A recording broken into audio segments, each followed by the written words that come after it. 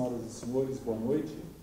A Câmara Municipal de Osasco tem o prazer de acolher a todos no Teatro Glória Giglio e aos nossos telespectadores internautas que acompanham a programação da TV Câmara Osasco, para iniciarmos os trabalhos do seminário com o tema Família, Instituição Fundamental da Sociedade, de iniciativa da Frente Parlamentar de Defesa da Vida e da Família, conforme disposto no inciso 1º do artigo 5º da Resolução número 8 de 2017, de 6 de julho de 2017, convidamos para fazer parte da mesa diretora desse seminário o vereador Rogério Santos, presidente da Comissão da Frente Parlamentar em Defesa da Vida e da Família.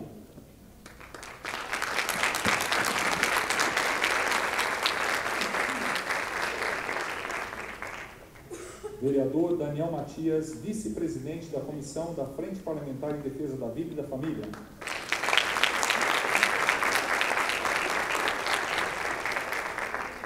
Vereador Josias da Juco, secretário da Comissão da Frente Parlamentar em Defesa da Vida e da Família.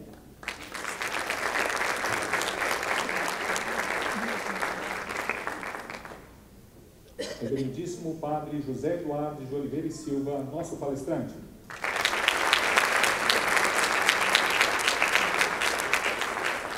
Doutora Régia Gouveia, vereadora. Vereadora Ana Paula Rossi.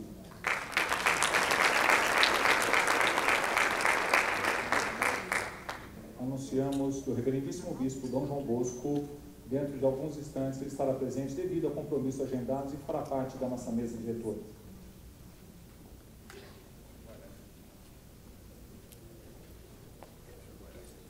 Pedimos a gentileza que deixemos os aplausos para o final dos agradecimentos. Anunciamos a presença das seguintes personalidades: senhor Marcos Arruda, diretor da Escola do Parlamento e vereador da 10ª legislatura.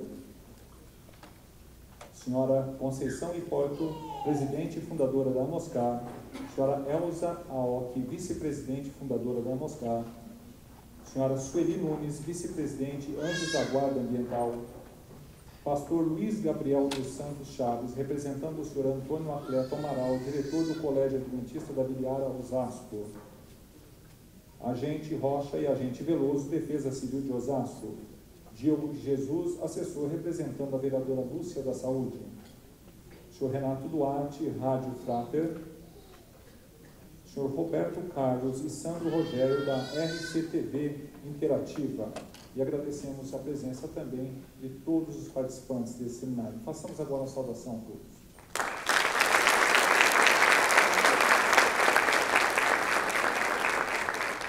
Neste momento, temos a honra de convidar para fazer uso da palavra, colocando a tribuna à sua disposição, o nobre vereador da Câmara Municipal de Osasco, o senhor Rogério Santos.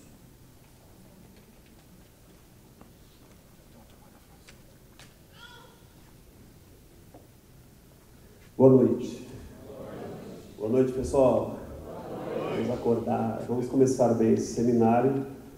Eu quero primeiro agradecer mais uma vez a presença de todos, em nome aqui da Frente Parlamentar em Defesa da Vida e da Família. Cumprimentar aqui o Padre José Eduardo, que estará conosco, então, ministrando esta conferência de hoje, nos ajudando a refletir sobre perspectivas bastante interessantes, o nosso tema da família. Cumprimento aqui as nobres vereadoras doutora Régia, Ana Paula Rossi, nobre vereador Josias, que é secretário da Frente Parlamentar em Defesa da Vida e da Família, nobre vereador Daniel Matias, que é o vice-presidente da Frente Parlamentar em Defesa da Vida e da Família. E quero saudar de modo muito especial a presença aqui da minha esposa, Edna, família veio. A minha filha mais velha, Tatiane, com a minha linda netinha, Manuela Maria. É uma alegria tê-las hoje aqui com a gente. A Frente Parlamentar em Defesa da Vida e da Família foi criada em 2017, aqui na Câmara Municipal de Osasco, com a assinatura e aprovação dos 21 vereadores desta Casa de Lei. Nós pensamos nesse projeto, consultamos os vereadores e todos subscreveram. Portanto, é um projeto e depois se tornou uma lei de todos os vereadores da Câmara Municipal. Fruto da consciência de que é responsabilidade do Poder Legislativo a promoção, reflexão, debate, legislação e fiscalização de políticas públicas voltadas para os interesses da pessoa humana, que tem como instituição fundamental a família. Embora a equipe de trabalho da Frente Parlamentar esteja coordenada, de acordo com o projeto, seja coordenada por um presidente, um vice-presidente e secretário, que aqui foram mencionados, essa frente é um instrumento de trabalho de todos os parlamentares que acreditam e defendem a vida e a família. A Frente Parlamentar tem o objetivo de defender e garantir as políticas em defesa da vida e dos valores da família no âmbito do município de Osasco. E para atingir a sua finalidade, essa Frente Parlamentar promove, portanto, debates, fóruns e seminários como esse, além de audiências públicas, dentre outras atividades. Esse Seminário Municipal sobre a Família é um dos meios que encontramos para abrir uma importante reflexão, que iniciamos aqui ontem, sobre o papel da família na sociedade. Nós estamos vivendo tempos difíceis, temos assistido, estarrecidos, podemos dizer, nos últimos tempos, uma mudança nos comportamentos e relações sociais que estão resultando numa verdadeira desordem social, e nós somos testemunhas disso. A falta de compromisso matrimonial e, por isso, o aumento no número de separações, a incompreensão dos pais sobre o seu papel específico na educação dos filhos, a interferência excessiva e ideológica do Estado na formação das crianças e adolescentes, a ausência de políticas públicas que ajudem a combater o problema das drogas na adolescência, na juventude, a violência doméstica, especialmente aquela contra as mulheres, que tem crescido absurdamente, são alguns dos problemas que precisamos discutir. O que aconteceu, é a pergunta que fazemos, o que aconteceu ao longo da história para que os princípios e os valores que sempre nortearam a família e a sociedade de um modo geral fossem deixados de lado? Será realmente fruto do acaso, de um movimento involuntário, a crise moral, educacional e institucional que a família está passando? São questões como essas que esperamos ver refletidas neste primeiro seminário municipal sobre a família. Para a realização deste seminário, essa frente parlamentar contou desde o início com o apoio de muitas pessoas, desde os assessores, toda a assessoria, funcionários da Câmara, mas eu quero destacar aqui o apoio que tivemos da presidência da Casa, do vereador Ribamar Silva, e também o apoio que obtivemos da Prefeitura, inclusive cedendo esse espaço para essa importante atividade.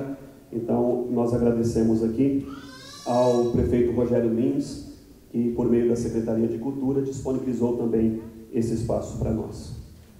Nós vamos, nessa noite, refletir, só relembrando, ontem nós começamos o nosso seminário, dando as perspectivas políticas. O deputado Henrique Mizazzi esteve falando sobre as políticas públicas e uma visão mais geral da questão da família, e também com a presença da doutora Maria José Bonetti, que é a presidente da UAB Osasco, que também colaborou ontem. Hoje, as perspectivas que a gente quer trabalhar da família, o tema é aberto, é geral, mas também queremos passar por todo o debate histórico, filosófico, que a família enfrentou ao longo da história, especialmente desses últimos tempos, o que está na base, a gente diz, no bojo de tudo isso, para que a família tenha chegado, vamos dizer, às vezes até um descrédito por parte da própria sociedade. Mas nós acreditamos na família. Nós acreditamos na família como instituição fundamental e por isso estamos aqui. Por isso nós queremos descobrir, não só teoricamente o que aconteceu, mas na prática qual que é a responsabilidade de cada um de nós, seja individualmente, seja dentro da instituição familiar, seja dentro das nossas instituições, do legislativo, das instituições religiosas, organizações aqui da sociedade civil, enfim, cada um de nós tem um papel a desempenhar e é para isso que esse seminário está acontecendo. Então eu agradeço mais uma vez a presença de todos vocês, especialmente daqueles que nesta noite estarão colaborando com a nossa reflexão. Tenhamos um excelente seminário nesta noite. Boa noite.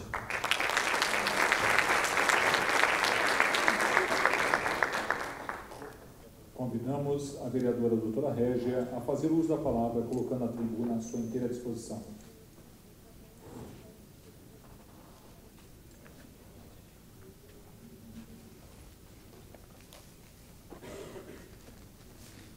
Boa noite a todos.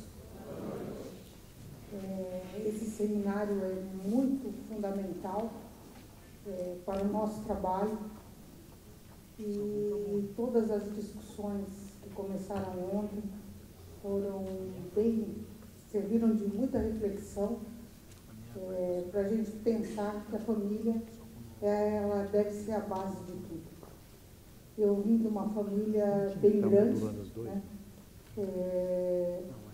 Onde éramos em 9 irmãos, e meu pai e minha mãe eram pessoas simples, mas ensinaram para a gente todos os valores e o principal, e que creio eu que é este que está faltando no mundo hoje e que as famílias perderam, que é o respeito.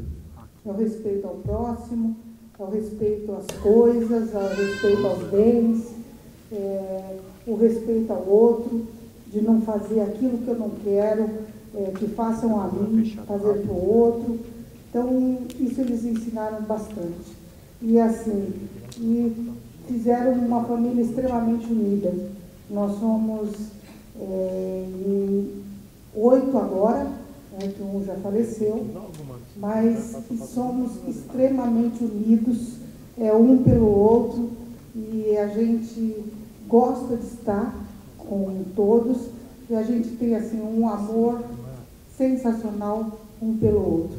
E principalmente o respeito pelas escolhas feitas, o respeito pela vida de cada um. E é isso que está faltando, na minha opinião. As famílias perderam ao longo do tempo, os pais perderam a autoridade e a liderança perante os filhos, e permitem que eles façam tudo o que querem. Então, você vê hoje, a criança de 3, 4 anos, é ela que define as coisas dentro da família. Então, bem diferente dos demais países, principalmente os países asiáticos, onde os mais velhos anciãos são de fundamental responsabilidade pelo andamento e o segmento da família. Então, as nossas famílias hoje não tem mais isso. E os pais permitem, né, que os filhos que não têm experiência, que os filhos que não têm condições, decidam sobre a vida da família. Coisa bem diferente do que acontecia antigamente. Mas penso eu que isso também é um propósito. O propósito de acabar com as instituições, a família, a escola, né, para, enfim, acabar com a sociedade. Mas nós não podemos permitir, e temos que ter a esperança e investir nas crianças, principalmente, para que a gente tenha um futuro diferenciado, um futuro à base do amor e do respeito. Boa noite.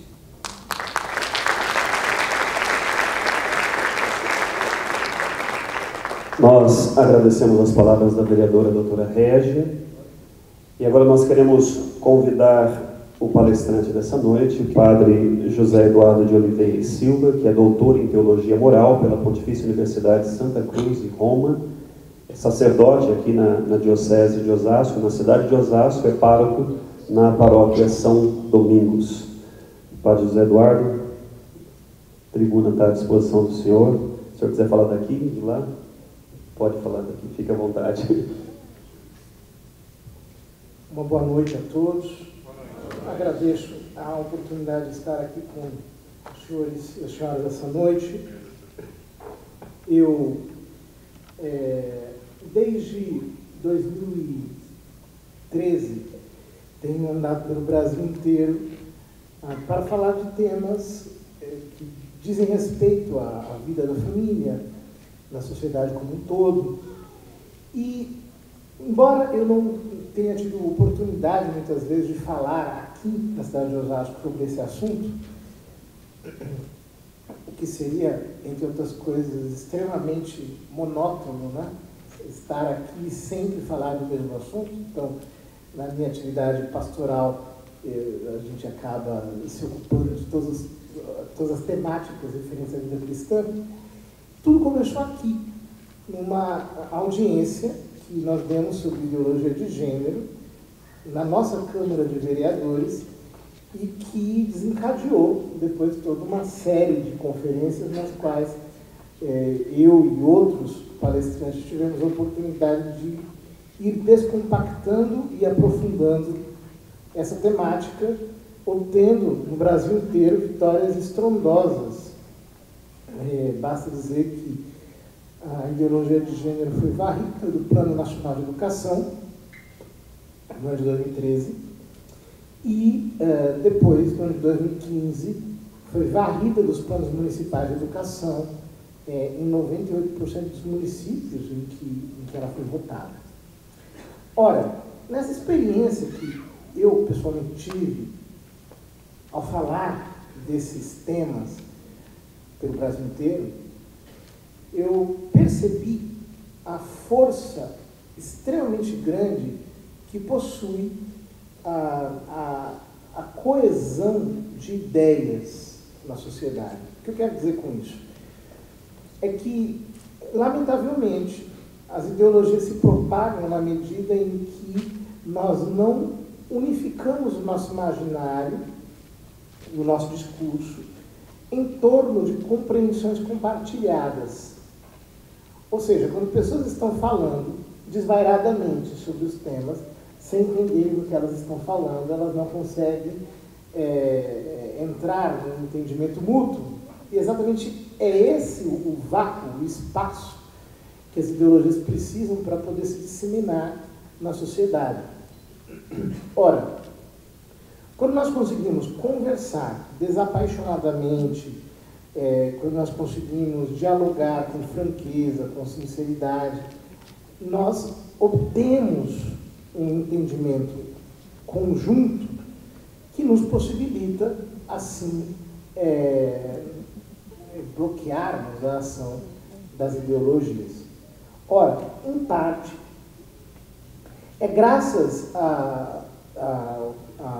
enfim, ao bloqueio do estudo, do entendimento, da análise profunda desses temas, que nós temos tido tanta confusão na nossa sociedade, especialmente no que diz respeito à família.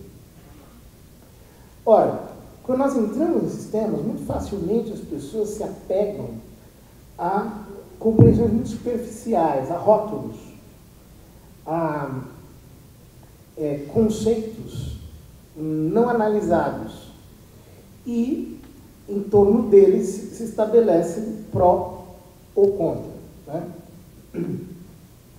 Essa polarização, no fundo, fruto da falta de uma compreensão profunda desses temas, nos leva a conflitos, a brigas desnecessárias, que, na maior parte das vezes, não passam apenas de grandes equívocos que poderiam ser muito bem evitados mediante análise serena, tranquila das ideias e dos fatos, digamos assim, que estão no seu background.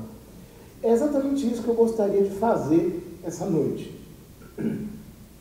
Analisar a família, o tema família, parece uma primeira noção, um termo muito genérico, mas na verdade não é.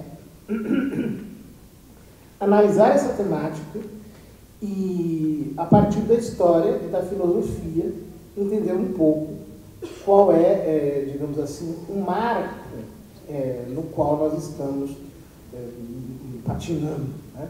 Para assim, estabelecermos um entendimento conjunto e, em cima desse entendimento, eventualmente construirmos assim, políticas públicas que possam ser coerentes, né?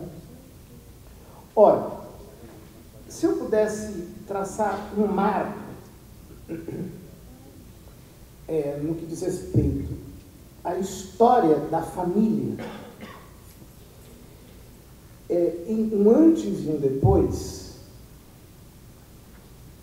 eu não teria dúvida em dizer que o evento que marca profundamente a história da família em todas as sociedades ocidentais foi a Revolução Industrial. Por que eu digo isso? Porque até a Revolução Industrial as sociedades se organizavam de um determinado modo. A partir da Revolução Industrial, as sociedades começaram a se organizar de um modo diverso.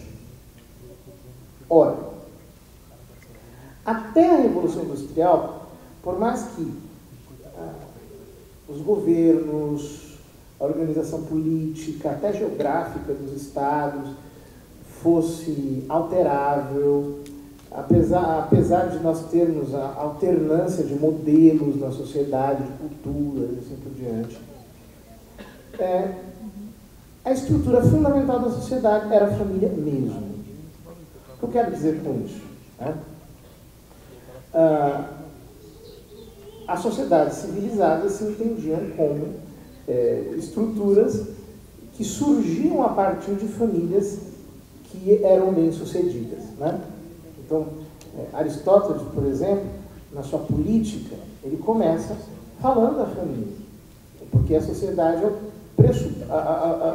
pressupõe uma estrutura muito mais básica, muito mais fundamental que a estrutura doméstica. Um homem e uma mulher que se casam, tem filhos, uma família que prospera, que é bem-sucedida, que vai crescendo, se desenvolvendo, a qual eventualmente se vão agregando outras famílias, até que surgem as vilas, as cidades e, por fim, os estados. Né?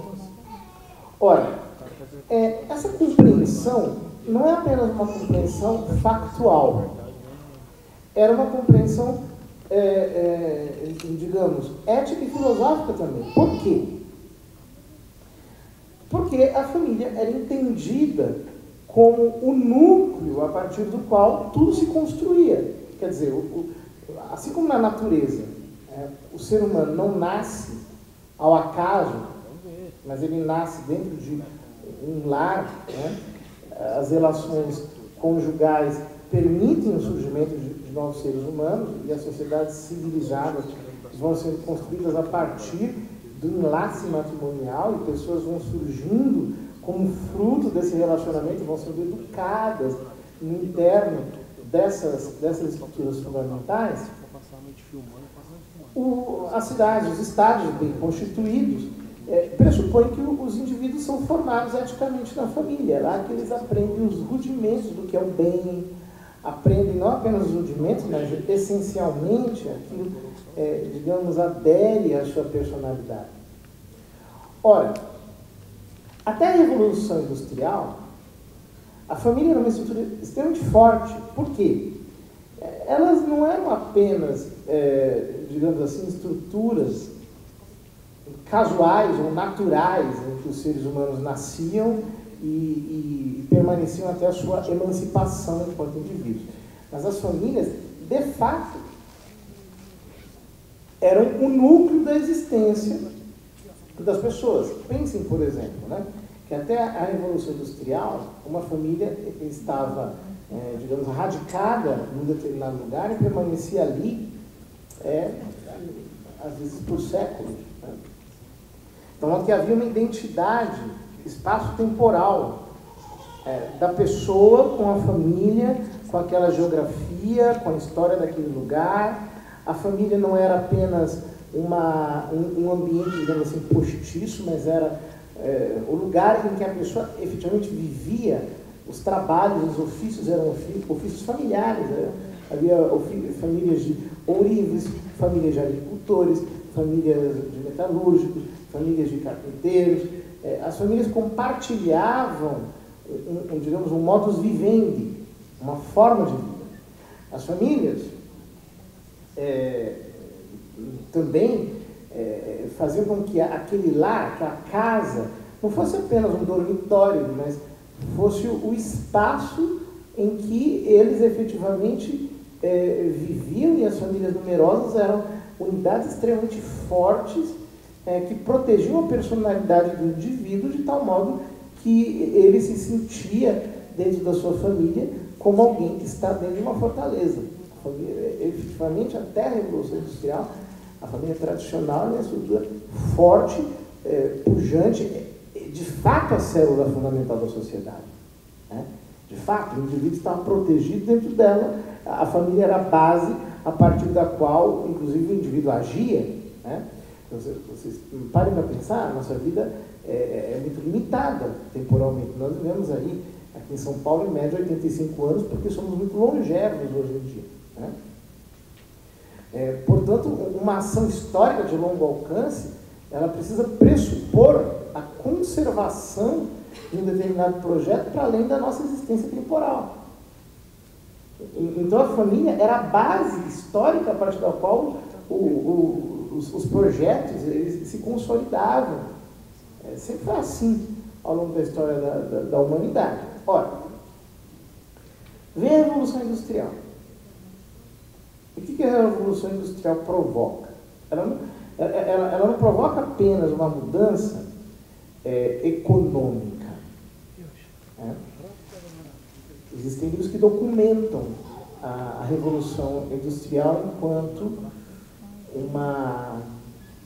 um grande impulsionamento econômico da sociedade como um todo. Né? A renda per capita, que até a Revolução Industrial era mais ou menos igual ao longo da história, desde a Revolução Industrial ela passa a crescer assim numa linha ascendente e não para de crescer até hoje. Impressionante. Né? Observar como que a Revolução Industrial causou uma mudança econômica profunda na sociedade. Só que não apenas ela causou uma mudança econômica, mas ela fez com que a sociedade começasse a se colocar sobre novas bases. Estas bases deixaram de ser as famílias e passou a ser as empresas e a economia entendida como um todo. Né? Então, vocês, desde digamos assim, de uma perspectiva propriamente imaginária, não é muito fácil, aliás, não é muito difícil perceber isso. Notem, né? Até a Revolução Industrial, eu dizia, havia uma identidade histórico-temporal, aliás, histórico-espacial do indivíduo com o seu entorno. Surgem as empresas. Então as pessoas começam a se deslocar para os centros e a partir daí elas perdem esse seu enraizamento espaço-temporal. Perdem a sua coesão familiar, porque na cidade a família já não pode mais ser numerosa. Na cidade, cada pessoa na família tem um ofício diferente. Cada um tem, digamos assim, um destino profissional diferente. Na cidade, você já não tem mais um lugar em que você está radicado. Você passa a tratar o lugar como um ambiente extremamente artificial, no qual você vai se deslocando na medida das suas necessidades, na medida, inclusive, das suas necessidades profissionais.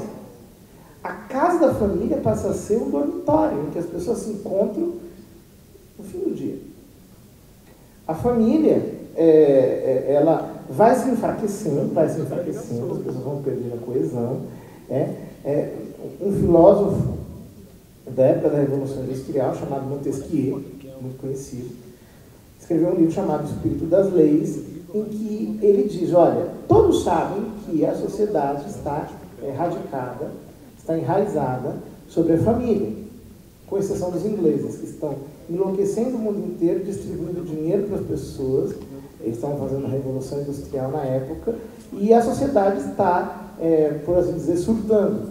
Montesquieu observou isso, que estava acontecendo o deslocamento do fundamento da sociedade. Então isso já tem 300 anos que está acontecendo.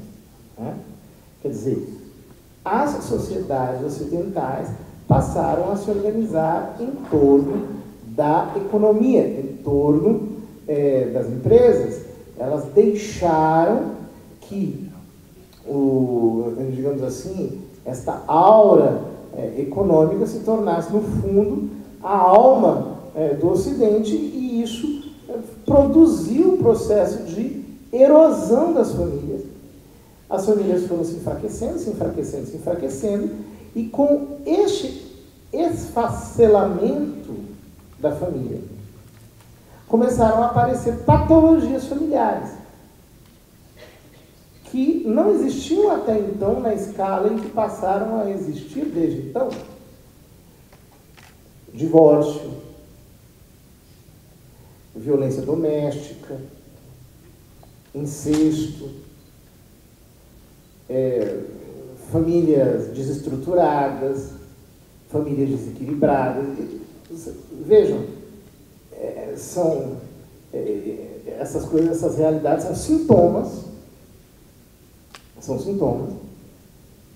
de uma sociedade que começou a se organizar sobre novas bases e que, portanto, começou a erodir a família, a qual, exatamente por causa dessa erosão, começou a manifestar todas essas patologias sintomáticas. Vocês estão compreendendo o raciocínio?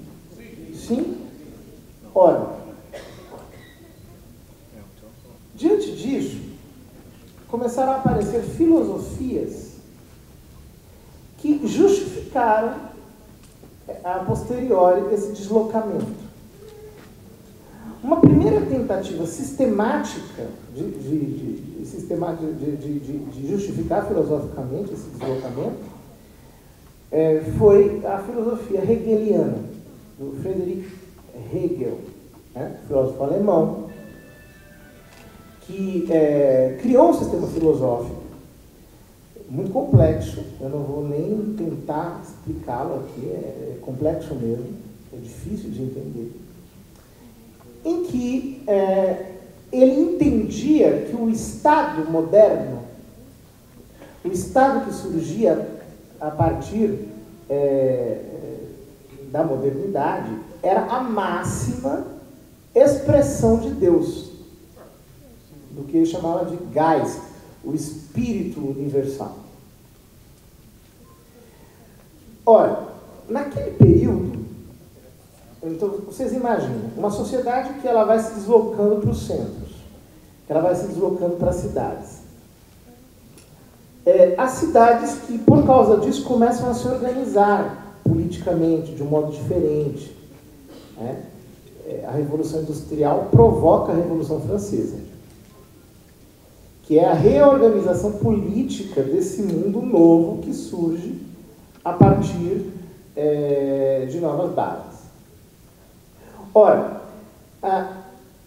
as cidades começam a ser organizadas com critérios, digamos assim, de engenharia social, porque, vejam, as pessoas começam a se mudar para os centros, ou em torno desses grandes centros, e elas precisam se organizar em torno disso.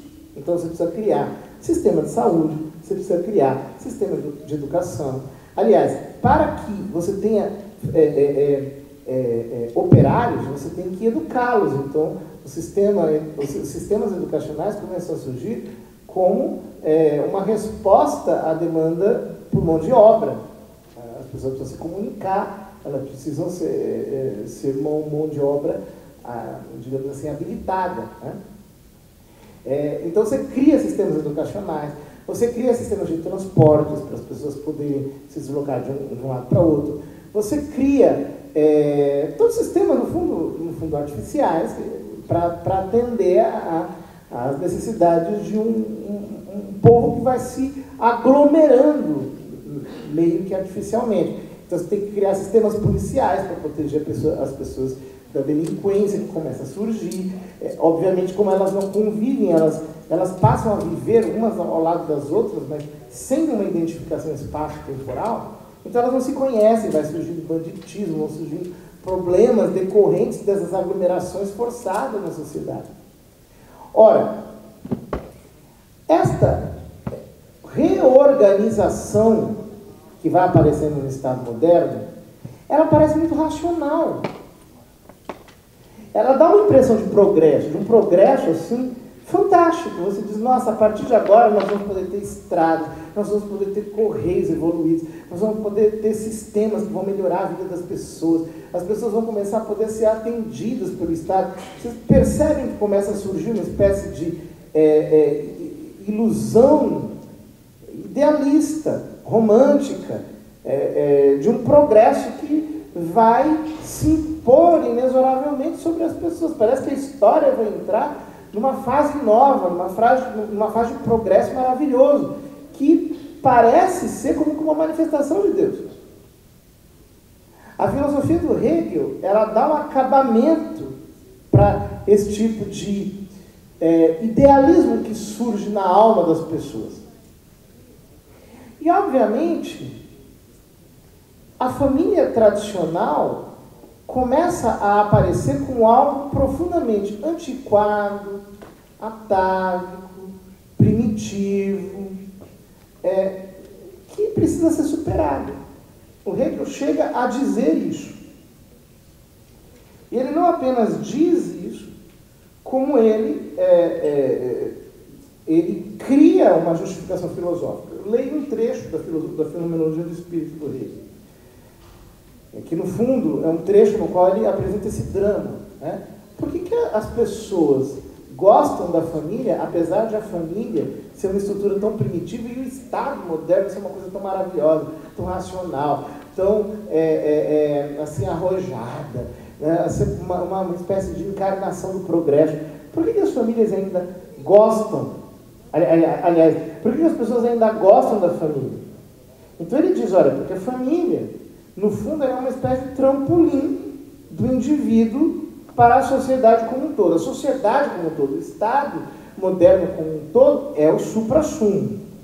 Mas a pessoa precisa ser desenviscerada daquela estrutura primitiva que é a família e precisa ser jogada nesse todo que é o Estado. Então ele diz, embora o ser ético da família se determine como imediato, porque a pessoa nasce na família, né? No entanto, a família não está no interior de sua essência ética. Quer dizer, a família não faz parte da essência do indivíduo. Enquanto ela é o comportamento da natureza de seus membros ou o relacionamento desses é a realização imediata de efetivos singulares. Com efeito, o ético é em si universal. E essa relação de natureza é essencialmente também um espírito. E somente é ético enquanto essência espiritual. Vejamos em que consiste sua eticidade característica. Em primeiro lugar, por ser ético o universal em si, o relacionamento ético dos membros da família não é um relacionamento da sensibilidade ou a relação de amor. Nós damos as boas-vindas ao Dom João, nosso bispo diocesano cheio. Vamos dar uma salva de palmas para ele.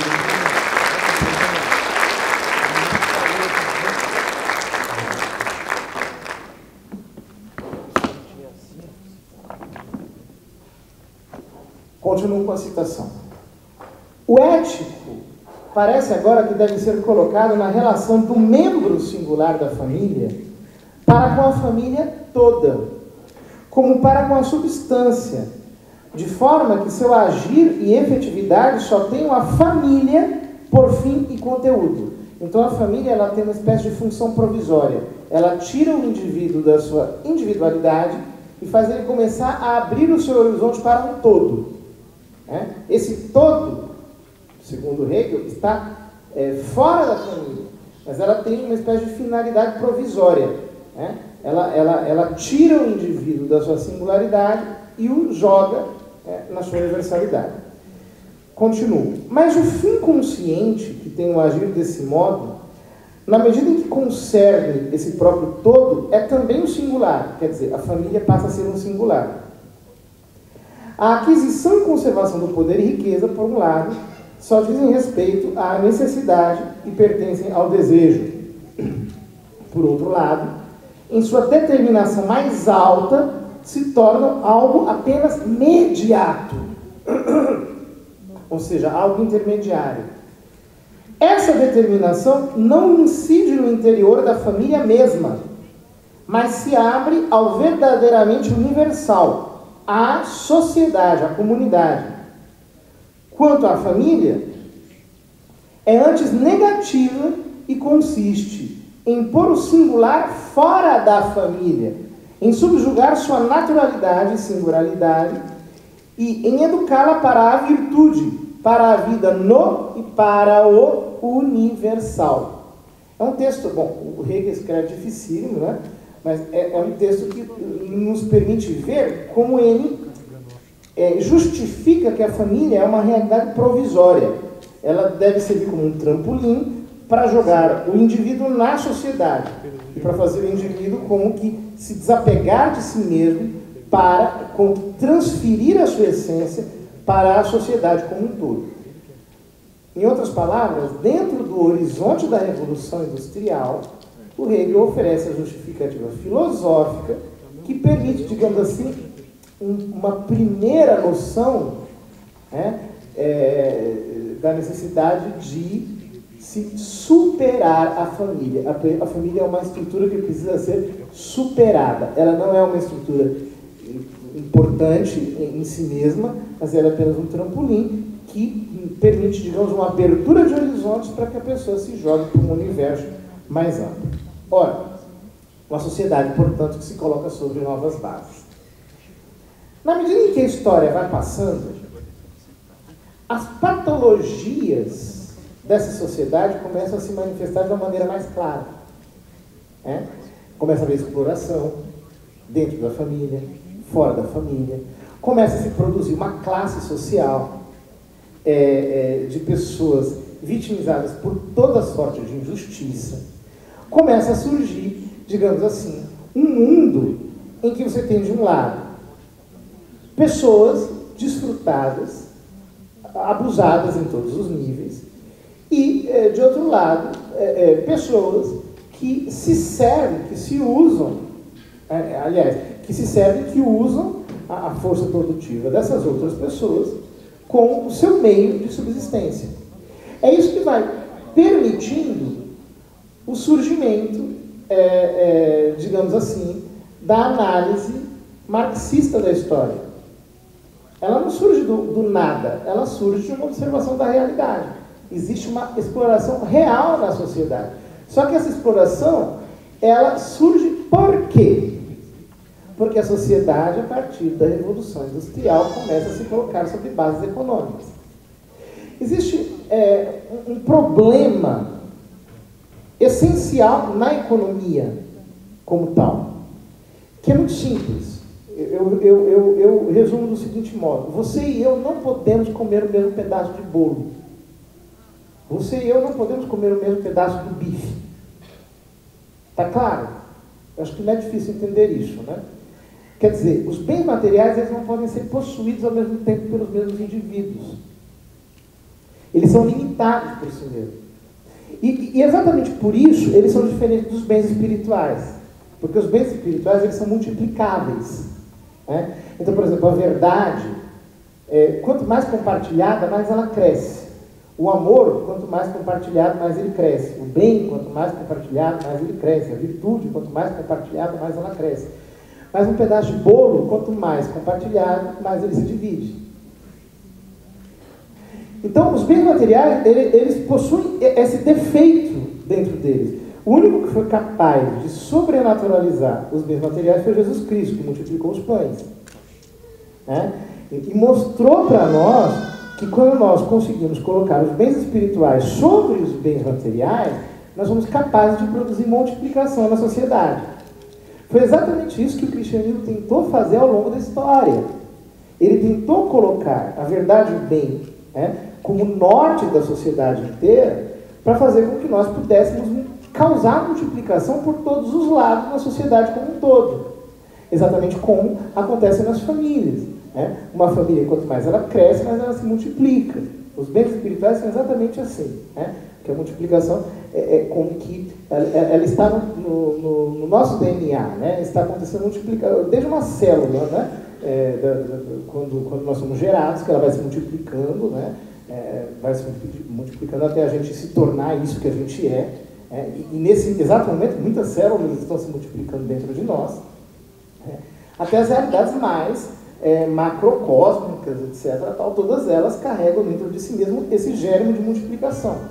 Só que a matéria em si mesma, ela tem um defeito. Ela não pode ser possuída ao mesmo tempo por duas pessoas. Ora, quando a sociedade passa a se organizar sobre a economia, portanto, sobre a matéria, ela passa a produzir exploração.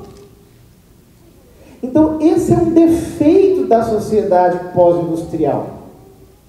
E esse defeito, quer dizer, como um bem não pode ser possuído por duas pessoas ao mesmo tempo, esse defeito produz a dialética, porque quando você ganha, eu perco. E não tem jeito de ser diferente. Infelizmente, esse é um limite que está no interior da própria estrutura material. E se uma sociedade se concebe sobre essa base, necessariamente ela vai se configurar inteirinha dentro dessa lógica dialética. Se você ganha, eu perco. Então, nós estamos numa contínua luta de classes. Então, você interpreta tudo a partir da luta de classes. Você interpreta todas as relações a partir da luta de classes. Você estabelece uma compreensão da realidade inteira a partir dessa noção. Ora, esse foi o vício que teve o Marx e os seus leitores posteriores. Por quê? Como ele entende a sociedade, aliás, a realidade inteira para ele é só matéria, materialista confesso, então não tem jeito. A luta de classes pertence à essência da história. A história inteirinha está construída sobre a luta de classes, inclusive a história da família. A família ela tem que ser reinterpretada no contexto da luta de classes. Homem contra mulher, o homem é mais forte que a mulher, portanto o homem prevalece sobre a mulher, os filhos aprendem a obediência servil dos próprios pais, isso é o que mantém, digamos, a consciência da necessidade de uma burguesia, é isso que faz com que a burguesia continue, digamos, se multiplicando na sociedade, etc. Ou seja, eu vou repetir porque isso não é um raciocínio muito simples de se fazer. O Marx raciocina como se o defeito da sociedade pós-industrial fosse, digamos assim, a essência da realidade, e não apenas uma espécie de parasita, um sintoma patológico de um deslocamento desnecessário, um deslocamento que aconteceu a partir da Revolução Industrial. Ele não entende isso. Ele está impregnado demais pela noção materialista e econômica da sociedade. Ora, é por isso que ele vai reinterpretar toda a história entendendo que a família é uma instituição essencialmente perversa. Ele escreve isso na origem da família e da propriedade privada do Estado, e os seus leitores posteriores, que num primeiro momento não conseguiram observar isso, eles começaram a se dar conta disso, sobretudo a partir da década de 70 do século passado, e começaram a trabalhar efetivamente na destruição da estrutura familiar. Quer dizer, a família é uma instituição perversa, é uma instituição opressiva, o patriarcado, assim como é interpretada a família natural, o patriarcado digamos, aquilo que sustenta as estruturas de poder na sociedade, e ele precisa ser derrubado. O patriarcado com tudo aquilo que ele significa, inclusive com a diferenciação sexual, que legitima todas as desigualdades de gênero, o patriarcado, por exemplo, que obriga as mulheres a serem mães, o patriarcado que faz com que a sociedade toda se organize dentro de valores hierárquicos, o patriarcado que cria a ideia de verdade, o patriarcado que cria a ideia de bem, que na verdade não existe, que é apenas uma imposição, e assim por diante.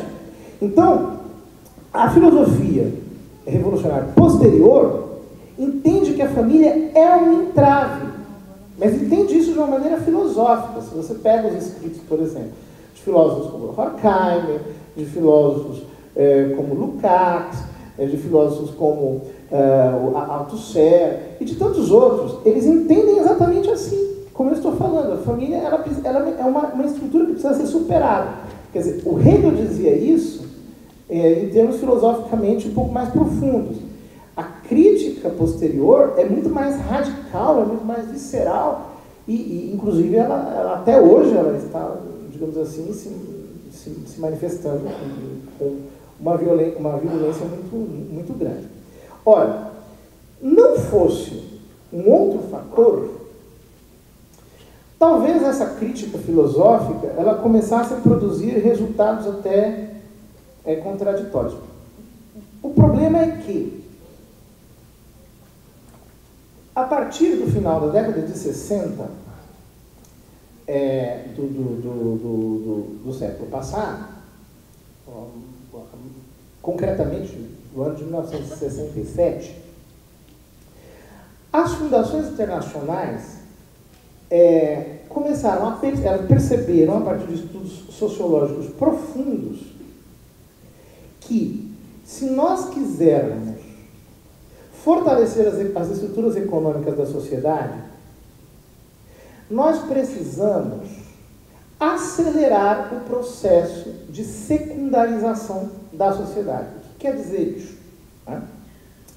Quer dizer o seguinte: a sociedade tem duas estruturas, uma estrutura primária e uma estrutura secundária. A estrutura primária é a família. As estruturas secundárias, sobretudo, são as empresas. Mas o Estado também é uma estrutura secundária, enfim, todas as macroestruturas são estruturas secundárias. Ora, eles chegaram à conclusão de que se nós quisermos fortalecer economicamente a sociedade, e, repito, desde a Revolução Industrial nós entendemos que a economia é a essência da sociedade, que melhorar é melhorar economicamente, que você precisa de mais dinheiro. As pessoas pensam isso, isso realmente está na alma das pessoas. Então eles chegaram à conclusão de que se você quiser, de fato, que a sociedade cresça economicamente, o que significa, sobretudo, que eles cresçam economicamente, o que você tem que fazer? Você tem que desmontar a família e fazer cada vez mais a sociedade se organizar a partir das estruturas empresariais. A sociedade precisa se secundarizar. As pessoas precisam, cada vez mais, por exemplo, deixar de casar, deixar de ter filhos. As crianças precisam ser produzidas com meios artificiais, cada vez mais. Você tem que favorecer formas alternativas de família que sejam um sucedâneo, um substituto da família natural. Você tem que tirar as crianças, desde que elas são pequenininhas, de dentro de casa e educá-las não para serem seres humanos, por exemplo, que conheçam a verdade, que inclusive investiguem a verdade, mas apenas para serem mão de obra no mercado. Mão de obra mesmo. Você tem que educar, desde que a criança é pequenininha, para ela ser uma força, apenas uma força no mercado. Inclusive, ela não pode nem ter identidade. Ela não precisa de identidade. A identidade é uma coisa muito problemática, porque ela te remete a toda uma história, a toda uma ascendência. Isso é ruim, isso é problemático. Você tem que desinstalar das pessoas, inclusive, a ideia de que existe um sentido profundo para a vida, para a história, inclusive que exista qualquer suspeita de que haja bem, verdade, Deus, transcendência. O que você tem que fazer? Você tem que educar a pessoa para ela apenas ser uma força produtiva no mercado. Ora, em função desse tipo de antropologia, que o Papa Francisco chama de ideologia do descarte, ele gosta muito dessa forjatura, que é muito apropriada, você entende a pessoa como um elemento extremamente descartável. Por quê? Porque, veja, nas estruturas secundárias você é descartável. Por exemplo, se você morrer, daqui a 15 dias vai ter alguém ocupando o seu lugar no seu emprego. Ninguém vai se lembrar de você lá. Não vai ter missa de 1 ano por você, mandada celebrar pelo pessoal da sua empresa. Né? Se você morrer na sua escola, um outro aluno vai ocupar a sua carteira. Alguém vai pegar as suas coisas. Nas estruturas secundárias, nós somos só papéis mesmo. Nada mais além disso. Nós ocupamos uma posição de papel. Nós somos descartáveis. Ora, quando você diz que o ser humano não tem essência, que ele não tem nada, o ser humano não existe, inclusive ele não tem uma essência, ele não tem uma identidade, ele é apenas papel, o que você está fazendo? Você está secundarizando a identidade humana e você está readequando-a para que ela ocupe, digamos assim, apenas um rótulo temporário enquanto força, enquanto mão de obra numa sociedade que vai se entendendo cada vez mais como uma empresa. Tudo está se tornando empresarial nos nossos dias. Tudo. Tudo está tomando função empresarial. De vez em quando a gente fica assustado, porque a gente ouve, por exemplo, falar de educação. Eu me sinto um São João Batista, né? Não pela santidade, mas pelo isolamento. Porque você tenta explicar para as pessoas que educação não é para formar mão de obra. Educação é para formar uma pessoa. E as pessoas não entendem o que isso quer dizer. Elas simplesmente não entendem.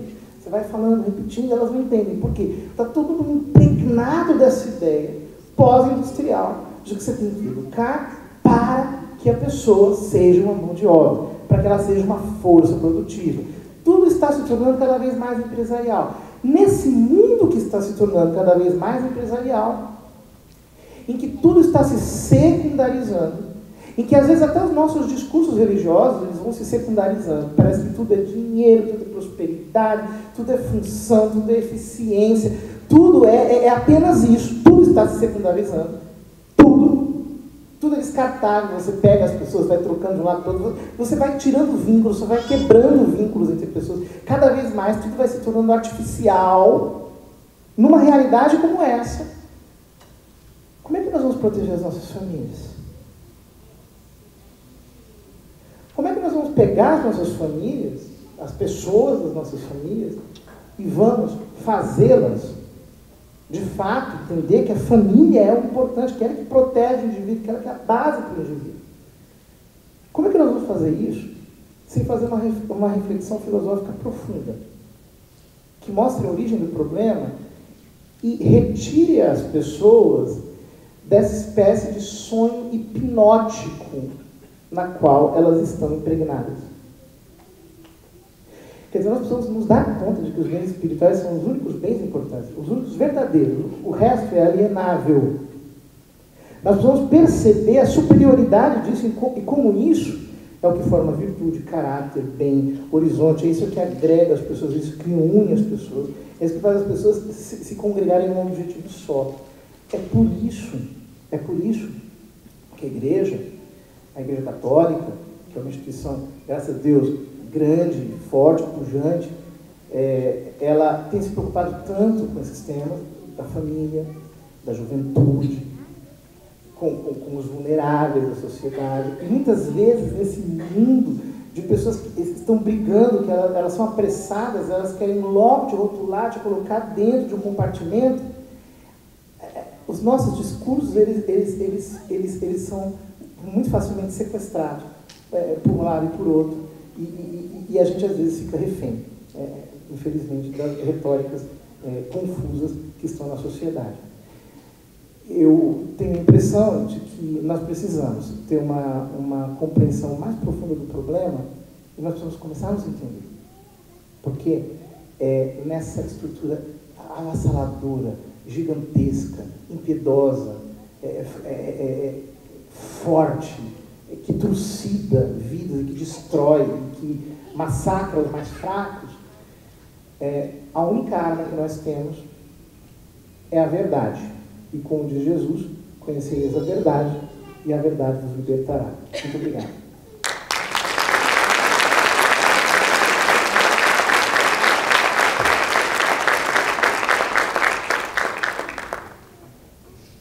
Nós agradecemos essa primeira contribuição do padre José Eduardo. Esses aspectos a gente havia pensado exatamente como é o primeiro seminário municipal, sugere-se o segundo, terceiro, e essa frente vai pensar sobre isso. A ideia é essa mesmo, a gente lançar os fundamentos de uma reflexão que depois possa se construir, não só os desdobramentos práticos deste seminário, mas para que os próximos seminários possam, a partir desse, avançar em sua reflexão. E eu estou aqui vibrando de alegria de saber que essas reflexões, tanto as de ontem quanto as de hoje, estão lançando aí possibilidades, condições para a gente poder construir um edifício sólido daquilo que a gente quer de fato para a nossa sociedade. Então, Padre, esse processo histórico, filosófico que o senhor trouxe para a gente, pode ter certeza que já acrescentou muitas coisas. Ao final eu vou pedir que o senhor faça depois uma retomada, algumas conclusões gerais, mas desde já o nosso muito obrigado. Peço mais uma vez uma salva de palmas, porque foi de excelência. Obrigado, Padre. Enquanto o Padre chegava, falava, se pronunciava, chegou o nosso bispo Dom João Bosco, bispo da Diocese de Osasco. Para os católicos que estão aqui, nós temos também membros de outras instituições religiosas, evangélicos, protestantes, pessoas da sociedade civil de um modo geral, que não necessariamente participa de uma ou outra religião, mas que compreenderam a importância desse seminário e estão aqui para contribuir, para participar. Amanhã, no último dia do seminário, vai ser possível também uma participação, algumas questões que podem inclusive ser apresentadas pelos participantes. Mas a presença de Dom João Bosco aqui também é significativa. Dom João Bosco, até alguns dias atrás, estava como presidente da Comissão da Pastoral Vida e Família, dentro da CNBB. Desempenhou o seu papel nos 2 últimos anos, 4 últimos anos, e agora segue o seu trabalho como bispo, como pastor da igreja aqui na Diocese, dando as contribuições também dentro da Conferência Nacional dos Bispos do Brasil, quando necessários. Dom João, é uma alegria tê-lo conosco. Queria passar a palavra ao senhor. O senhor tem uma palavra livre sobre o tema que o senhor quiser, a partir da família, na perspectiva que o senhor julgar ser importante para essa noite.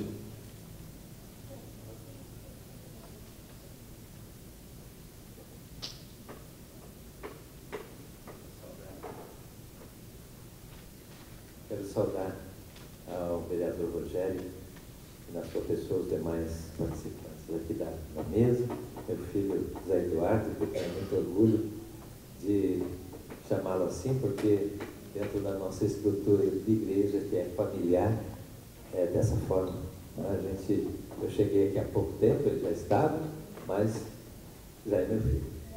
E também parabenizar, vereador Rogério, a você e a comissão, essa frente parlamentar em defesa da família, por essa iniciativa e por todas as outras iniciativas que eu sei que estão acontecendo permanentemente em favor da família aqui na nossa cidade.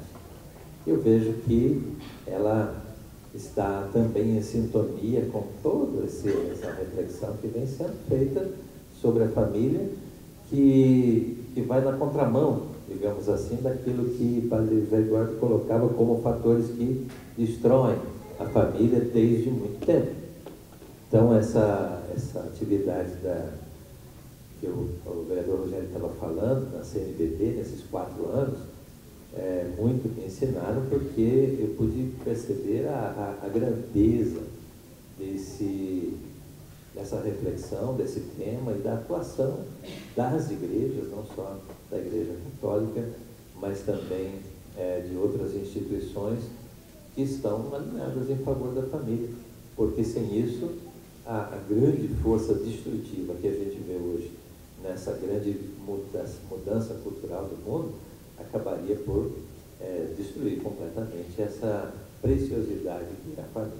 Bom, hoje ainda estava com os nossos padres lá em São Roque, eu acabei de chegar de lá, e nós passamos umas boas horas tentando entrar dentro do projeto de diretrizes da nossa igreja para esses próximos 4 anos, que nós estivemos trabalhando na Assembleia da CNBB agora nos últimos 10 dias. Então, terminada essa grande reunião, mais de 300 bispos, eu já trouxe de lá esse projeto de ação evangelizadora, as nossas diretrizes, e que tem como imagem central exatamente a família, ou melhor, a casa entendendo como lar da família, entender a igreja como um lar. Imagine se a sociedade vai procurando apagar os sinais de família primária para criar um mundo secundário sem relações familiares. A igreja está fazendo o contrário, recriando ela própria como família, como lar, para abrigar aqueles que chegam, uma casa de portas abertas, para que as pessoas que chegam desse mundo, meio como que náufragos aí dentro desse grande mundo líquido, possam encontrar um ambiente familiar dentro das nossas igrejas. Que não é fácil também dentro desse contexto em que a gente está vivendo, mas temos que partir para isso, fazer das nossas igrejas verdadeiros lares. E também portas abertas para acolher, mas também portas abertas para que a gente saia para todos os lados, levando essa mensagem do Evangelho, do Evangelho da família, da alegria de ser família, para todas as pessoas, buscando essa recuperação, digamos assim, de um grande espaço perdido nos últimos anos, em que a família foi sendo aos poucos desconstruída por forças imensas aí que a desconstruem. Falando de família e religião, família e igreja católica sobretudo, mas também abrangendo as igrejas que são cristãs e de matriz judaico-cristã, a gente vê que a família está presente na Escritura desde o início, desde a criação, homem e mulher criados, abençoados por Deus. E com a recomendação crescer e multiplicar-vos, a família está no início da concepção religiosa de um mundo que foi criado por um Deus Criador, que na sua essência também é família, é Pai, Filho e Espírito Santo. Então, já a partir daí a gente percebe que a Escritura coloca dessa forma, mas ainda no decorrer das páginas da Escritura a gente vai lendo, vai entendendo a história de uma grande família, o povo de Deus, onde diversas famílias ali aparecem. Uma delas especialmente a família de Abraão, que começa uma nova história e vai se multiplicar, segundo a própria palavra da Escritura, mais do que as estrelas do céu e os grãos de areia do mar. Uma família que vai crescer. E essa família abraâmica está aí, vivendo no mundo de hoje está ramificada, digamos assim, desde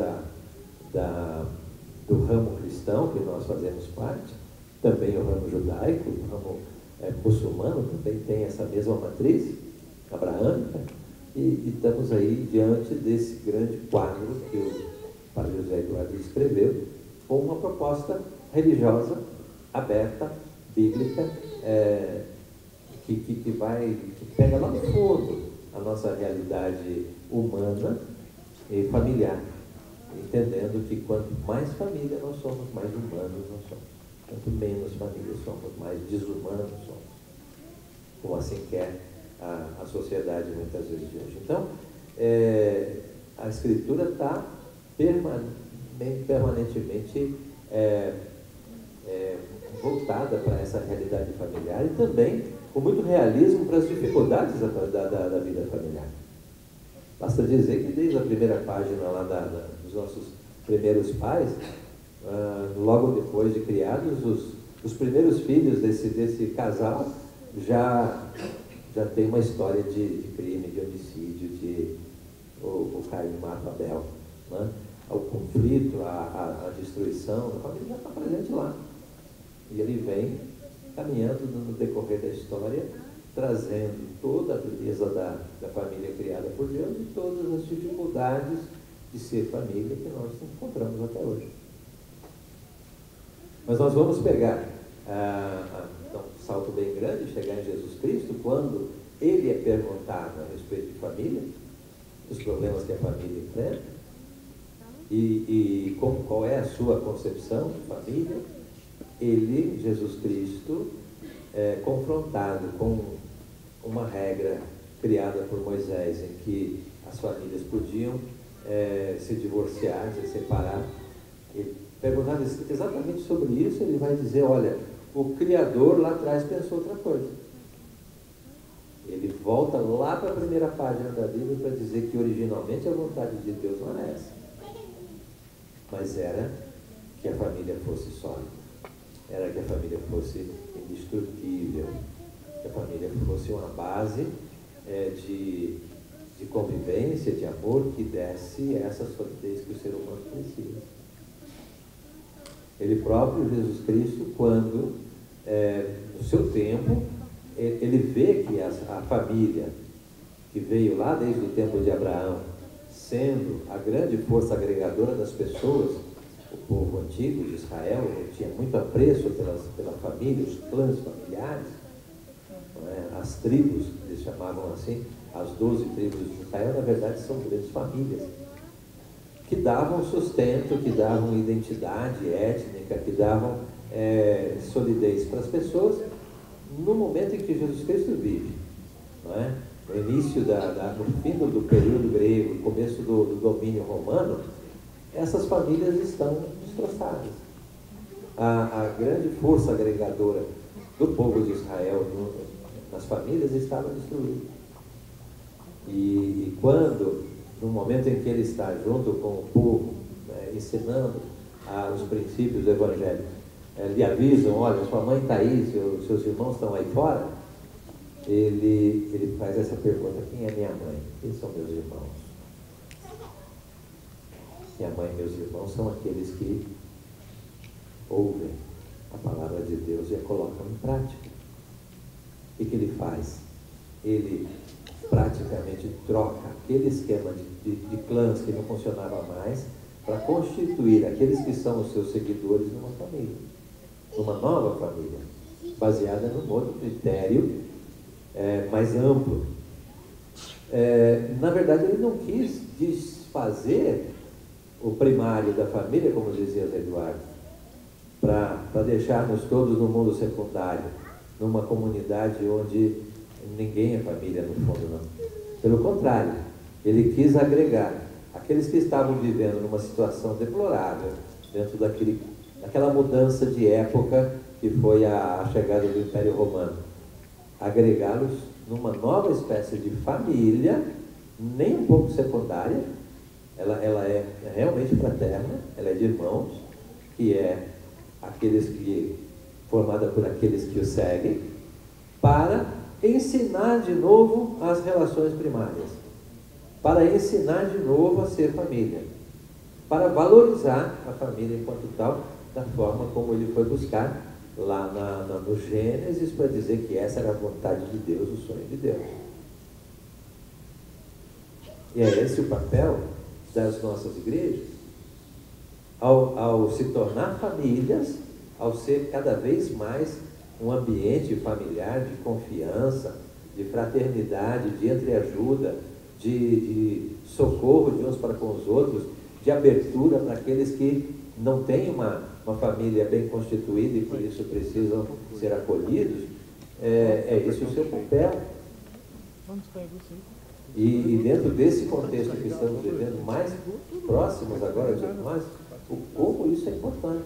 Por isso, essa comissão que eu estava trabalhando dentro da CNBB, da Vida e Família, ela tem uma centralidade muito grande dentro da ação evangelizadora da igreja, porque ela interage com todas as outras atividades evangelizadoras, mostrando esse fato colocado aqui por Jesus Cristo, que é a vontade de Deus, de sermos uma grande família, de a humanidade ser uma família, onde Deus é o Pai de todos e, portanto, todos têm o seu lugar, todos se respeitam, todos podem partilhar e viver uma vida integralmente humana. Nesses últimos anos, sobretudo, a gente viu com que grande esforço a Igreja Católica se moveu na direção da família. E para não estender muito, eu queria colocar 2 marcos importantes dentro desse trajeto. Um deles, há em torno de 30 e poucos anos atrás, o Papa João Paulo II, hoje considerado santo pela Igreja Católica, Papa João Paulo II convidou toda a Igreja a uma grande e profunda reflexão sobre a família, e que depois de todos os debates e já na perspectiva disso tudo que a gente está vendo acontecer hoje, essa é a visão profética do nosso querido João Paulo II, vendo tudo isso que estava para acontecer no mundo e que está acontecendo, ele coloca a igreja inteira para refletir a respeito da missão da família na igreja e no mundo.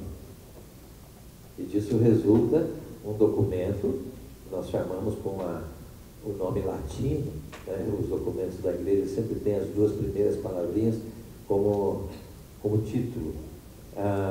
Familiaris Consórcio é o nome desse documento, em que, com um pouco mais de 200 páginas, o Papa João Paulo II faz uma descrição de toda essa situação, dessa mudança cultural que a gente está vivendo e da importância da gente, como igreja e como sociedade, no mundo, ele diz, assumir a família como uma bandeira importante para os nossos tempos.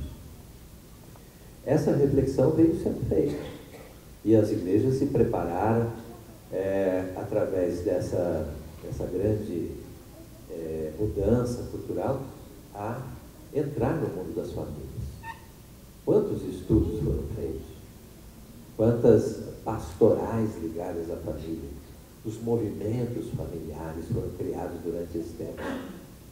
Muitos de vocês podem conhecer movimentos aí que são fortes, Encontro de Casais com Cristo, Movimento Familiar Cristão, equipes de Nossa Senhora, são grupos dentro da própria igreja que elegem a família como tema principal da sua atividade evangelizadora e fazem um bem imenso para muitas famílias, tirando muitas vezes as famílias de uma situação deplorável, de conflito, de vício, de uma destruição moral, para viver novamente com famílias bem constituídas, como Deus assim pensou. Então, nesses últimos 30 anos, houve esse grande movimento assim. E agora, mais recentemente, o próprio Papa Francisco, logo que ele chegou no pontificado, tem um pouco mais de 5 anos que ele é o nosso Papa, ele também fez um trajeto desse de reflexão, enfrentando temas polêmicos,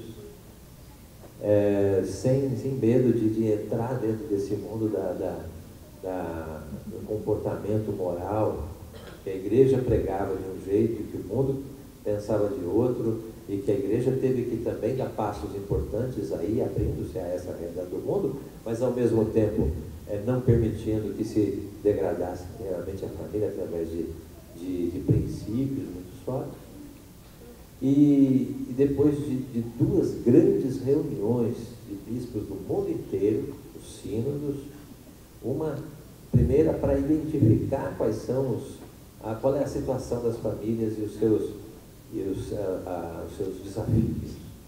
Depois de elencar esses desafios maiores, ele fez uma segunda reunião no ano seguinte, tentando confrontar isso com a ação da igreja e da sociedade para que a gente pudesse enfrentar esses problemas. E desses 2 grandes eventos surgiu um texto que para nós hoje é muito paradigmático assim, da ação da igreja com relação à família, que também tem um nome latino e foi conservado assim, é bonito, Amoris Laetitia é o nome desse documento, que se traduz a alegria do amor, mostrando que família não é, antes de tudo, um problema, não é uma estrutura inadequada, não é uma coisa ultrapassada, não é algo que deve ser destruído, mas é uma fonte de amor, é uma fonte de alegria, em primeiro lugar. Essa visão positiva da família, que muita gente não tem. E eu menciono especialmente os jovens, que hoje não têm no seu horizonte a perspectiva do casamento, da família, por causa de toda essa experiência negativa que às vezes tem na sua própria família, no meio que vive, na sociedade, né, que instila constantemente esses venenos de destruição, e os jovens então se imaginam um outro tipo de vida onde a família não seja necessária, ou pelo contrário, se tornem livres da prisão da família. Essa visão positiva não esconde, digamos assim, todo um primeiro capítulo aqui, onde ele vai descrevendo cada uma das situações. É um texto muito denso, onde cada frase remete a um desses grandes desafios que a gente vive. E observando, então, o mundo de hoje na sua grande confusão com relação aos princípios morais, os valores, ele vai depois tentar reconstruir dentro da nossa mente, do nosso coração, o amor pela família, como sendo um lugar de felicidade, como sendo um lugar de encontro de pessoas, como sendo uma preciosidade, aquela querida por Deus desde a gente. Só que sobra para a igreja uma série de situações que a gente vinha desde João Paulo II, a gente chamava de casos difíceis. Famílias que se separam e se juntam novamente de outras maneiras, famílias incompletas, famílias que têm uma situação, não é aquela família padrão. E o que fazer com isso? A igreja sempre teve um preconceito tão grande com relação aos separados. E o Papa, com muita coragem, ele vai toda essa questão para dizer: todos são filhos de Deus, ninguém vai ser excluído. E por mais que seja uma história fraturada, se ali existe algum amor, dizer Deus é amor, Deus está presente com jeito. Pode ser um Deus que sofre, pode ser um Deus machucado, como nós temos o Cristo da cruz, mas é Deus. Com esse respeito é que a gente tem que se aproximar de cada pessoa e acolher nas nossas igrejas e mostrar para elas que existe um caminho de superação. Nem tudo é possível resolver, mas é possível caminhar. Então esse manualzinho para nós se tornou uma fonte de inspiração para o trabalho da igreja, que é precioso. E a gente, então, através dessa grande caminhada, tem feito também nas nossas dioceses, nas nossas igrejas, a pastoral familiar. Eu trabalhei com isso nesses 4 anos. Como cresceu a pastoral familiar em todas as comunidades? Pessoas que percebem que não basta ser família feliz, é preciso levar essa felicidade para outras pessoas, acolhê-las, instruí-las, trazê-las para junto da comunidade da igreja, para que a igreja seja essa família que Jesus quis dizer quando ele disse: quem é minha mãe, quem são meus irmãos? São aqueles que ouvem a palavra de Deus, têm sensibilidade para o divino, o transcendente, que está morto na cabeça de tanta gente que é materialista hoje, né?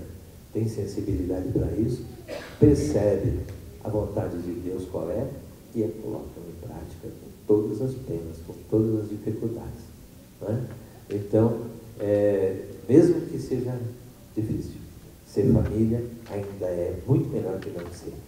Mesmo que tenha que enfrentar problemas, situações, né, conflitivas, ainda é melhor ser família que não ser. É preciso que a gente, então, se una com todos aqueles que amam a humanidade, não só a igreja. Que as igrejas se deem as mãos, isso é essencial. É mais do que isso, a humanidade toda. Por isso, o próprio Papa Francisco não dirige esse documento para os cristãos católicos falando, para todos. Todos aqueles que somos todos família, podem descobrir aqui razões para crescer como família e enfrentar esses problemas. Eu acho que a frente parlamentar está fazendo esse papel também, né, de um outro ponto de vista, não religioso, mas da sociedade enquanto todo, levando essa reflexão tão importante. Por isso, eu acho que nós estamos realmente em um caminho bom de reflexão e de ação em favor da família. Toda a proposta para a humanidade em amar a Deus sobre todas as coisas e amar ao próximo como a si mesmo. E que nós possamos guardar essa prática em todo o nosso dia a dia, sabe? Amando a Deus sobre tudo e amando ao nosso próximo, querendo o bem que queremos a nós, dedicando a todos os demais. Muito obrigado, agradeço a oportunidade de estar aqui, agradeço a todos os nobres vereadores que têm sido parceiros. Hoje nós distribuímos a vocês essa cartilha explicativa, que foi um projeto de lei encaminhado pela Frente Parlamentar, que é a Infância Sem Pornografia, que é apenas aqui um explicativo. Se você quiser, tem mais exemplares lá, você pode retirar na saída, que é uma ferramenta muito importante, principalmente para alertar os pais em relação ao cuidado com as redes sociais, com a interação dos filhos, com aquilo que os filhos estão vendo na internet. Aqui trata um pouquinho da questão da pornografia, que hoje já é tratado como vício comportamental e tem um efeito tão poderoso como o efeito de droga no organismo, uma vez que promove prazer. Tá? Então, nós vemos que a rede cada vez é mais acessível e um clique faz com que todo esse conteúdo possa estar disponível. E hoje nós vemos adultos com vício de pornografia que passam a ser concebidos desde a infância. Então, aqui é um alerta que a Frente Parlamentar promove, e aqui é uma cartilha explicativa que você pode levar, e depois os vereadores também têm à disposição para que possa estar encaminhando a todas as lideranças que aqui estão presentes. Eu não quero me alongar, agradeço a todos aqui, agradeço aos nobres vereadores, agradeço ao padre Zé Eduardo, que hoje trouxe essa reflexão tão importante para nós, e a participação do bispo Dom João Bosco. Muito obrigado, Deus abençoe a todos.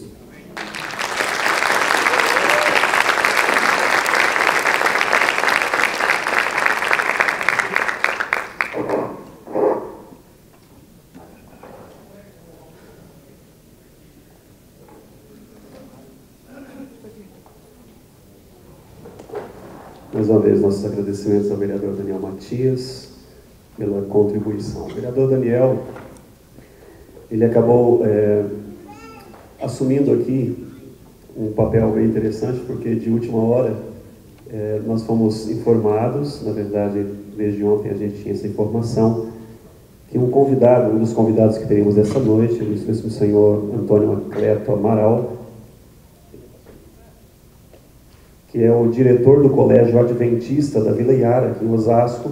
Ele estava também convidado a participar, mas teve uma dificuldade pessoal e não pôde vir. Representando, ele veio o pastor Luiz Gabriel dos Santos Chaves. Onde está? Está aqui. Então ele veio representando o Antônio Acleto Amaral.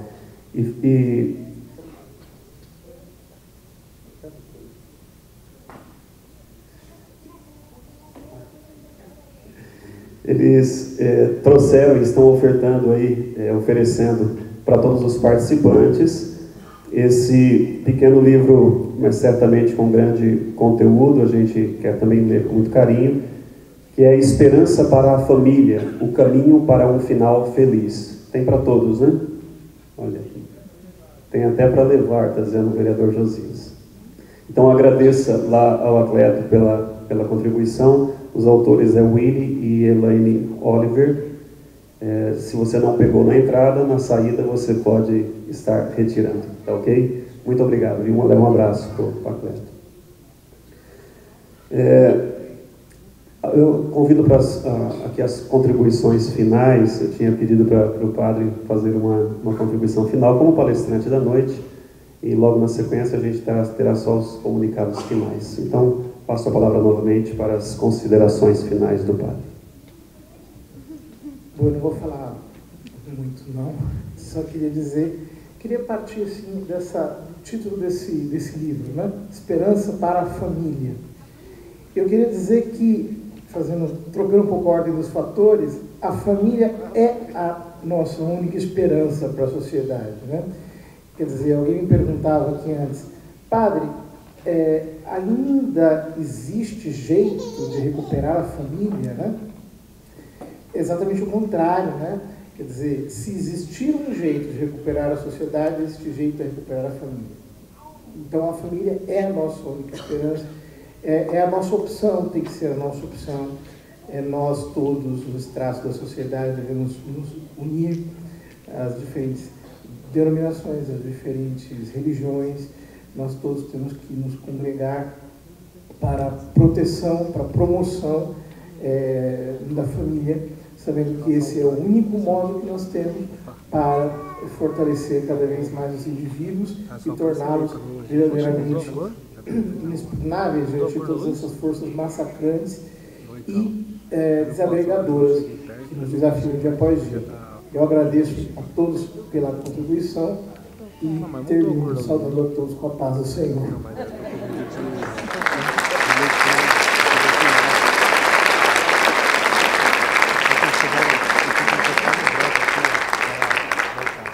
Tanto ontem quanto hoje foram tocados foi comum um assunto aqui, que é a questão dos grupos primários e secundários, né? Foi tocado ontem tanto pelo Henrique Mizaz, o deputado, quanto hoje o padre Zé Eduardo, mas também o próprio Dom João também colocou a questão das relações primárias, a importância das relações primárias. A família, ela realmente se fundamenta nessa dimensão das relações primárias, dos grupos primários, e por isso a gente identifica a ideia de fraternidade primeiramente com a instituição familiar.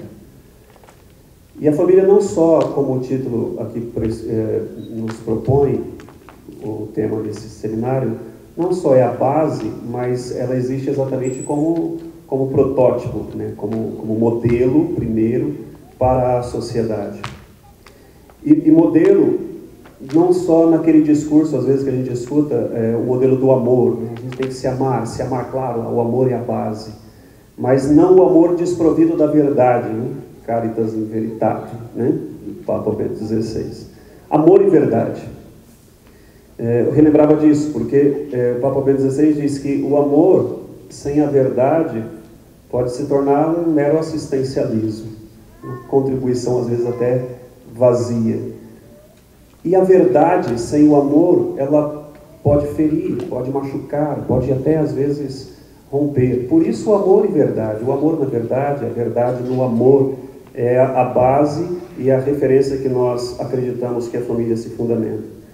E estou dizendo isso porque a campanha da fraternidade, que a Igreja Católica refletiu agora durante o tempo quaresmal, fala exatamente de fraternidade, políticas públicas. E a gente refletia aquele dia lá na sala Osasco, Dom João, sobre a importância da fraternidade, além da solidariedade. E a fraternidade é exatamente essa capacidade que nós temos de viver no amor e na verdade. Dentro de casa, nós não temos dificuldade de falar a verdade uns para os outros.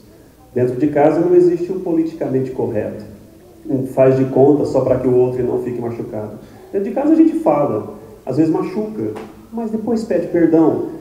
Dentro de casa nós somos verdadeiros, não dá para esconder quem nós somos. A gente disfarça lá fora, mas dentro de casa, na família, não tem jeito.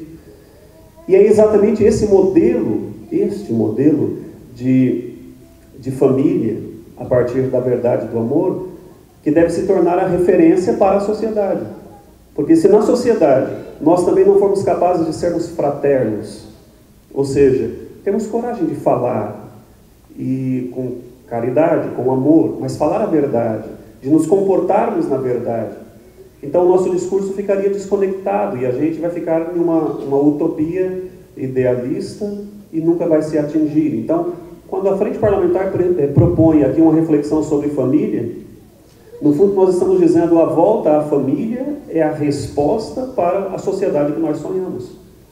Se nós queremos uma sociedade reordenada, porque ela foi bagunçada de tantos modos, o caminho é exatamente a família. Ela está na base, ela é o protótipo, ela é o modelo, desde que sempre fundamentada no amor e na verdade. Eu quero aqui fazer 2 comunicados. Na próxima quinta-feira, vai acontecer na Câmara Municipal de Osasco uma audiência pública proposta pelas pastorais sociais aqui da Diocese de Osasco, com o tema exatamente Fraternidade e Políticas Públicas, ainda no desdobramento da campanha da Fraternidade. Eu quero convidar a todos a participar. Teremos ali alguns colaboradores, o Padre Alexandre Pessoa estará presente lá também, mas teremos um palestrante, teremos uma reflexão. Dom João também se fará presente, teremos a alegria de recebê-lo em nossa Casa Legislativa. Quero estender o convite a todos. Vai começar às 19h30 na Câmara Municipal de Osasco, então a audiência pública com o tema Fraternidade e Políticas Públicas.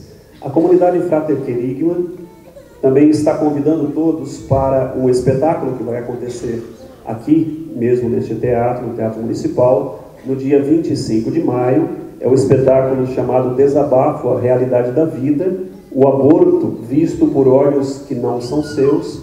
Então vai se discutir a questão do aborto a partir de um espetáculo teatral. Os convites, vocês podem depois verificar. O Renato está onde? O Renato está ali no canto, pode conversar com ele também, mas custam R$ 25,00 mais 1 quilo de alimento não perecível. Esses alimentos serão destinados ao Fundo de Solidariedade aqui do município de Osasco. É uma realização da comunidade Frater Querigma, com o apoio da Diocese de Osasco e da Prefeitura do município de Osasco. Você tem cartazes aí para o pessoal levar, alguma coisa assim? Então quem quiser ajudar a divulgar, inclusive, pode retirar com o Renato. Quero terminar agradecendo aqui a presença dos membros aqui da mesa, começando pelo vereador Daniel Matias, mais uma vez, muito obrigado. A vereadora Ana Paula Rossi esteve ontem conosco, aqui hoje novamente, e esperamos que amanhã esteja aqui de volta. Vou fazer aqui de lá para cá também o vereador Josias da Jugo, e como o vereador Daniel comentou, tem sido um grande colaborador, não só dessa frente parlamentar, mas de temas importantes. Hoje discutiu inclusive o tema da segurança municipal a partir do COI, o Centro de Operações Integradas que o município está instalando. Então, eu parabenizo também pelos trabalhos que Vossa Excelência vem desenvolvendo na Câmara. A vereadora doutora Régia, também, que desde o começo, quando comentamos a respeito do seminário, ela disse: eu estou presente, quero estar presente lá. Não necessariamente, às vezes a gente pensa que os vereadores, um ou outro, quer estar presente porque querem falar. Não, eu que fiquei cobrando dela, dá uma palavra, tem que falar lá para a gente. E é bonito ver isso, querer participar, querer estar presente, porque tem algo, sim, teria algo, sim, a ensinar, mas se coloca humildemente para também escutar, ouvir e, quem sabe, transformar isso, porque nós vamos precisar disso depois, doutora, de ações práticas como desdobramento disso, e aí a gente precisa estar na Câmara de Vereadores unidos para esses desdobramentos práticos. Por isso a presença de Vossa Excelência é uma alegria para nós. Agradeço ao Padre José Eduardo mais uma vez pela contribuição. Muito obrigado, Padre. Nós vamos ter daqui uns dias uma surpresa aí na cidade para o Padre. E vai ser legal. Nós vamos convidar todos vocês para participarem. Por último, aqui ainda na mesa, eu quero agradecer o Dom João Bosco, nosso bispo diocesano, por todo o apoio que tem dado, particularmente a mim também, dentro desse serviço na Câmara Municipal como vereador, mas sobretudo o incentivo que o senhor sempre dá para os vereadores, para o próprio prefeito, da responsabilidade que nós, enquanto poder público, legislativo e executivo, temos diante da sociedade. A presença e a fala do senhor tem sido sempre um norte para nós, tem nos orientado e nós somos gratos por isso. Muito obrigado. Para essa mesa eu quero pedir uma salva de palmas, portanto.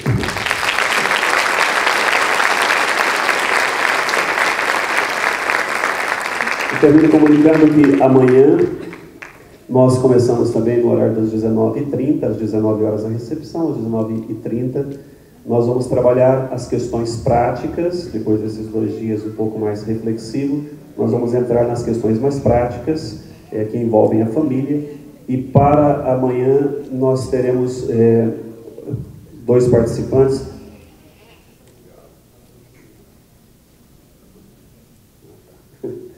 Nós teremos o pastor Roberto Antoniassi, que estará fazendo uma reflexão sobre as questões familiares propriamente, sobretudo aquelas questões de acompanhamento das famílias, o que envolve os problemas internos, bem práticos da família. A presença também do conselheiro tutelar, o Juvencio Assis, que esteve desde ontem aqui acompanhando, trata com as questões diretas da questão da família, da criança, do adolescente, dos problemas gerais que envolvem a família. Então vai dar uma grande contribuição aqui da experiência que ele tem ali dentro, dos problemas que ele detecta na sociedade pontualmente, né, as dificuldades que as famílias enfrentam. E também o pastor Jonas, que é o presidente do Compode, que trata das questões de políticas relacionadas à questão das drogas, porque as drogas são um problema grave que nós temos hoje, que envolve a família, que prejudica a família e que a família de algum modo tem que saber como lidar com essa realidade. Então nós teremos também a contribuição dele. Bom, esses são os comunicados para amanhã. Eu espero que esteja sendo proveitoso para todos. Amanhã também a plateia vai poder participar com algumas questões que vocês têm, os colaboradores aqui, sendo possível, responderão.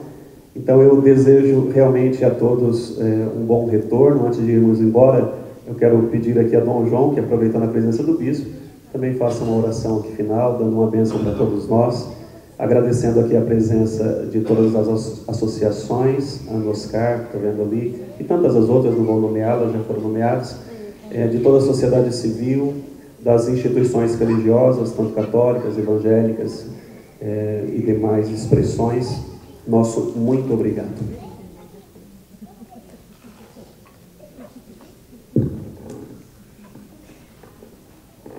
Uma palavra de bênção que nos une a todos e nos faz sentir realmente uma só família, uma vez que muitos estão aqui entre os evangélicos, entre aqueles que têm na Sagrada Escritura o seu respeito pela palavra de Deus e o vínculo de unidade de todos nós.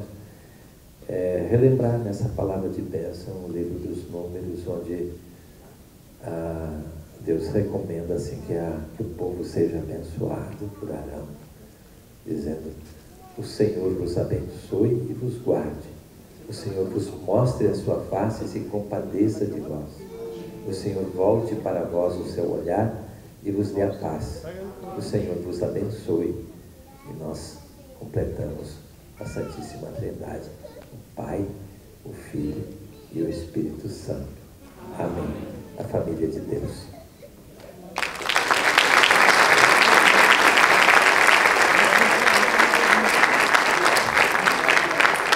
Estava lembrando que aqueles que participaram ontem e hoje e participarão amanhã receberão ao final um certificado. Como o Padre José Eduardo e Dom João têm outros compromissos e não estarão aqui conosco, nós preparamos também um certificado de participação, de contribuição, e nós gostaríamos de pedir às 2 nobres vereadoras que estão aqui para passar a mão. Eu já acabei adiantando aqui, mas eu vou pedir de volta só para a gente fazer oficialmente. É um certificado simples, mas apenas para dizer da nossa alegria de ter cada um desses palestrantes aqui conosco. Passar para Ana Paula passa para Dom João.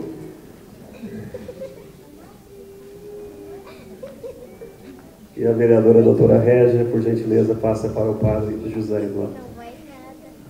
Já era.